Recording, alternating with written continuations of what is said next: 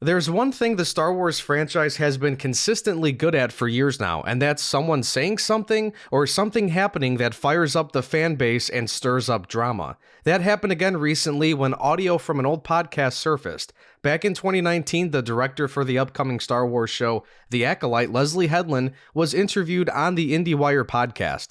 She talked about a few things, but what stood out, especially among Star Wars fans, was her discussing the misogynist side of the auteur theory, and she zeroed in on George Lucas and Star Wars as an example.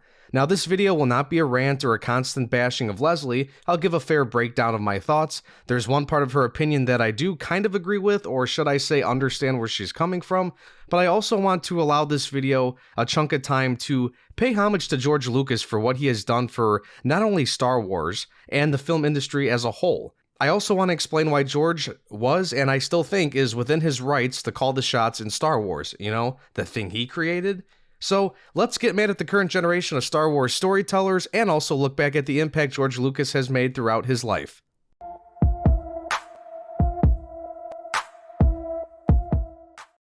So what did Leslye say that made everyone freak out? Leslye was asked by the host about a piece she wrote in The Hollywood Reporter where she challenged the auteur theory. What is the auteur theory? Well, it states that the director, who oversees all audio and visual elements of the motion picture, is more to be considered the author of the movie than is the writer of the screenplay. So Leslye gave a lengthy response. I'll put up some screenshots here of her answer. She basically goes on to talk about her experience in the field and what she's noticed as a female trying to get jobs in the industry. She explains why she disagrees with the whole "the best person for the job will get the job" idea. She believes the auteur myth is running strong within the industry and that she thinks it is truly difficult for herself and other women to get directing roles. Now, I'm not going to focus on this part of the answer. I really don't have anything wrong with this part. I can understand where she's coming from. I don't deny her claims about her struggles and observations. I just think her example that she uses later on in the interview by talking about George Lucas and Star Wars is a bit wrong. So let me pull up what she said about Star Wars. She starts off by talking about how she got a 2-volume book set on Ralph McQuarrie. Ralph was a conceptual designer and illustrator who worked with George on the original trilogy, and he did play a big role in bringing Star Wars from George's brain and into real life visually. So here's the part of the answer I want to focus on. So I'll pull it up here and I will read it. This is like what we understand to be Star Wars. The idea that that only came from George Lucas, that only George Lucas holds the key for what we understand to be Star Wars is just untrue. And I think the prequels are an excellent example of that. But you look at McQuarrie's work and you realize what an indelible mark this man has made on culture via this one role he played on this film. And the idea that when you are hiring a director that everyone is sitting in there waiting for George Lucas and not for the person who is going to know to hire Ralph McQuarrie. That's the problem. That's the misogyny and the problem with the auteur myth as it stands today. Because they are not thinking this is the person that will hire the right people and this is the person that will be able to create the look, books, and direct people to get them to that place. They're just thinking, do you have all the answers? And the truth is that nobody does, and anybody that says they do is lying. Okay, now let me start off by saying this. I do agree with part of her opinion. If you are hired to be the director of a movie or a show, then you would like to make the decisions, right? You want to have the power to make things happen. You want to actually fulfill your duties. And as we know in life, everything is political and based on relationships, cliques, who you know, and things like that. I can only imagine what people in Hollywood have to deal with when trying to get jobs in different places within that industry. And we can't deny that women and minorities have struggled to reach certain positions and achieve personal goals thanks to how society has always been. Things have gotten better over the years, of course, but they're still not perfect. So I understand to a point why Leslye has this stance, and I do agree with her on this part. However, I think using George Lucas and his creation, Star Wars, as an example is incorrect. Old school Star Wars fans like myself have been hating the way Disney and its employees have handled Star Wars. We feel like there is no care given to the characters and stories that George Lucas made. These young, ambitious directors, writers, and producers want to change Star Wars and make it something different, make it their thing. And look, I understand George sold the company and the franchise, but that doesn't mean we can't respect the foundation of the franchise that is going to live on forever at this point. I think it's ignorant not to pay homage to what he made. I think George Lucas is the GOAT for many reasons. A big reason is for creating Star Wars, obviously, and making other great contributions to the film industry. We live in an age where many in society are trying to push inclusivity for all sorts of people in all sorts of areas, and that's great. But George is now being named as an example of misogyny? It's just not true, and here's some reasons why. George has always been pretty inclusive with women in Star Wars. Carrie Fisher and Natalie Portman both played major roles in the first 2 trilogies. They weren't damsels in distress either. They were able to hold their own. They were badass in their own ways. These are the kinds of princesses and queens that women want to see today anyways. Billy D. Williams was also the first major character of color in Star Wars as Lando Calrissian. Star Wars is way more diverse today compared to what it was 40 years ago, but I'll give some credit where it's due.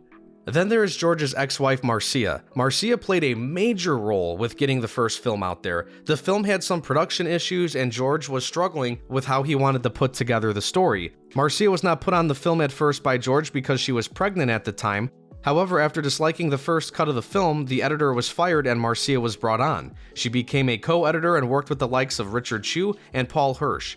George also tasked her with editing the Battle of Yavin, and she helped with crucial decisions like the killing off of Obi-Wan Kenobi. And she also did a lot of rearranging of scenes, and she earned an Oscar for her work. Marcia's impact does not get talked about enough, but hey, George allowed her to play a role, and that should be commended. You also have Kathleen Kennedy, who I know a lot of people have issues with her today, but she became co-chair of Lucasfilm alongside George in 2012. So she worked alongside George for a couple of years before he made the move to Disney. And she has had a pretty successful and memorable career as well, working on other big projects at Lucasfilm like Indiana Jones and Jurassic Park. So I don't think George and misogyny go together. He has included and helped elevate female actors, editors, and producers. George has earned the right to have people look to him for leadership and decision-making when it comes to the projects he has worked on. Like, people don't realize how smart this guy really is. He was one of the biggest pioneers in filmmaking. He is of course known for his major projects like American Graffiti, Star Wars, and Indiana Jones, but let me give you a list of some other filmmaking advances that came from George himself. Non-linear picture editing with EditDroid, digital sound editing with SoundDroid, and the THX sound system. Others include computer graphics with his Pixar computer, digital projection that he had in Episode 1, and finally, the first ever live-action all-digital film, Episode 2, Attack of the Clones. This is how George has cemented his leadership role in digital technology. And again, just looking at his 2 big franchises, Star Wars and Indiana Jones, yeah, I think he's got the right to make the final call on a lot of decisions for projects within those 2 franchises specifically. To me, it's just common sense because basically, he literally came up with the story, at least with Star Wars. You know, this entire galaxy was built upon his ideas in his brain. Like, why wouldn't he want his creation to be told his way? I think it's common sense. George also started companies within the industry. He founded his film production Lucasfilm in 1971. Let's not forget that he also founded LucasArts, which is now known as Lucasfilm Games, so he even made an impact on the gaming industry. George also started up ILM, Industrial Light and Magic. It's a visual effects company which helped George with his amazing visual feats in the original trilogy, and it's also gone on to help many other projects in the film industry. And George is also said to have been heavily involved with the scoring process with the original trilogy soundtrack. He brought in John Williams, and we all know how the music turned out in Star Wars. You could think of any Star Wars song off the top of your head right now and start humming it.